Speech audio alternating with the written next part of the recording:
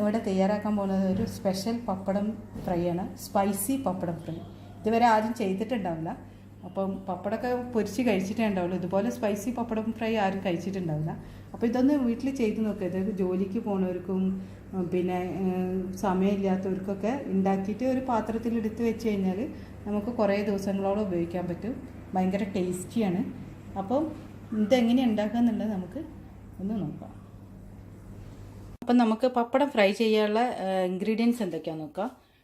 കുറച്ച് വെളുത്തുള്ളി ഇങ്ങനെ തോടോട് കൂടി ചതച്ച് വെച്ചതാണ്. പിന്നെ കുറച്ച് കറിവേപ്പില, പിന്നെ പപ്പടം ഇതുപോലെ പീസാക്കിയിട്ട് മുറിക്കണം. ഒരുപോലെ ആയിരിക്കണം. സ്ക്വയർ ആണെങ്കിൽ സ്ക്വയർ, ട്രയാങ്കിൾ ആണെങ്കിൽ ട്രയാങ്കിൾ, റെക്റ്റാങ്കിൾ ആണെങ്കിലും ഓക്കെ, ഡയമണ്ട് ഷേപ്പ് ആണെങ്കിലും കുഴപ്പമില്ല. എല്ലാം ഒരുപോലെ നമ്മളൊന്ന് മുറിച്ചിട്ട് എടുത്ത് വെക്കണം. ഇനി നമുക്കിതൊന്ന് പപ്പടം എണ്ണയിലിട്ട് മൂപ്പിച്ചിട്ട് ഒന്നെടുക്കുക. അപ്പം ഇതൊക്കെ ഒന്ന് മൂപ്പിക്കുക. അപ്പോൾ പപ്പടം മൂപ്പിക്കാൻ നമ്മൾ ചട്ടി വെച്ചിട്ടുണ്ട്. അതിലേക്ക് ഞാൻ ഒലീവ് ഓയിലാണ് ചെയ്യുന്നത്.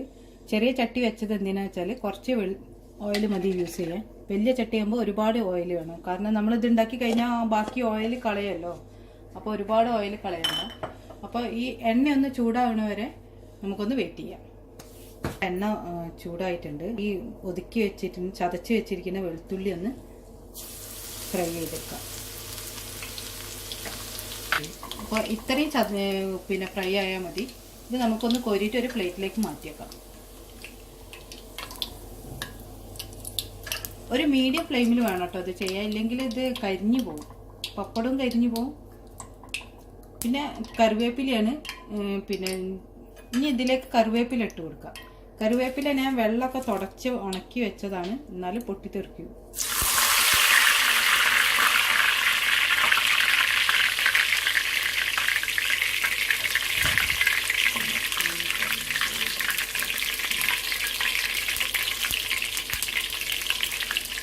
അപ്പോൾ കറിവേപ്പില ഒന്ന് മൂത്തിട്ടുണ്ട്. അത് നമുക്കൊന്ന് കോരി വെക്കാം. അപ്പോൾ ഈ ഓയിലിന് ഇപ്പോൾ കറിവേപ്പിലേൻ്റെയും വെളുത്തുള്ളിൻ്റെയും ആ ഒരു ടേസ്റ്റ് ഇറങ്ങിയിട്ടുണ്ടാവും. ഇതിലേക്ക് വേണം നമ്മൾ പപ്പടം മൂപ്പിക്കാൻ.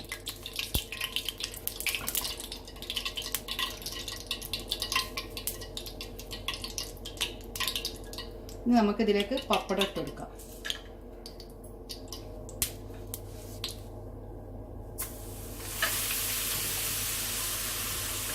ഇതുപോലെ ആ അരിഞ്ഞ് വെച്ചിരിക്കുന്ന എല്ലാ പപ്പടവും മൂപ്പിച്ച് ഒരു പാത്രത്തിലേക്ക് ഇട്ട് വെക്കാം. അപ്പോൾ നമ്മളിവിടെ പപ്പടം മുഴുവൻ പൊരിച്ച് കഴിഞ്ഞിട്ടുണ്ട്. ഇനി ഇതിലേക്ക് എന്താ ചെയ്യേണ്ടത് വെച്ചാൽ ഈ പൊരിച്ചിരിക്കുന്ന പപ്പടത്തിലേക്ക് നമ്മൾ ഈ വെളുത്തുള്ളി ചതച്ച് ഫ്രൈ ചെയ്തതും കറിവേപ്പിലയും കൂടെ ഇതുപോലെ ഒരു കുപ്പിയിലിട്ടുകയാണെങ്കിൽ സൗകര്യമാണ് ചെയ്യാൻ.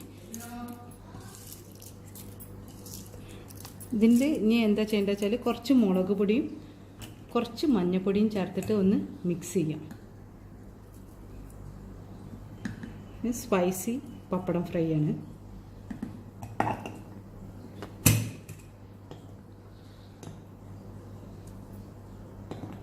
നമ്മളിതൊന്ന് അടച്ച് വെച്ചിട്ട് ഒന്ന് ഷെയ്ക്ക് ചെയ്തിട്ട് മിക്സ് ചെയ്താൽ മതി. അപ്പം നമ്മളിതൊന്ന് ഷെയ്ക്ക് ചെയ്തിട്ട് ഇതുപോലെ മിക്സ് ചെയ്തിട്ടുണ്ട്. ഇത് ഇനി ഒരു ജാറിൽ അടച്ച് വെച്ചാൽ ഒരാഴ്ച 2 ആഴ്ചയോളം ഇത് നിൽക്കും. നമുക്ക് ചോറിനൊക്കെ കഴിക്കാൻ ഭയങ്കര ടേസ്റ്റാണ്. ഇത് പപ്പടം കൊണ്ട് മാത്രമല്ല, നമുക്ക് വഴുതനങ്ങ ചെയ്യാം, ചേന ചെയ്യാം, പിന്നെ ഉരുളക്കിഴങ്ങ് ചെയ്യാം, അങ്ങനെ കൈപ്പക്ക ഇതുപോലെ നൈസായിട്ട് പൊരിച്ചെടുത്തിട്ട് ഇതുപോലെ സ്പൈസി ആക്കിയിട്ട് ഒരു പാത്രത്തിൽ വെച്ച് കഴിഞ്ഞാൽ നമുക്ക് ചോറിൻ്റെ കൂടെ ഒരു തൈരും ഇത് മാത്രം മതി. അപ്പോൾ എല്ലാവരും ഒന്ന് വീട്ടിൽ ചെയ്ത് നോക്കുക. ചെയ്ത് നോക്കിയിട്ട് ഇതിൻ്റെ ഫീഡ്ബാക്ക് എന്താണെന്ന് അറിയിക്കുക.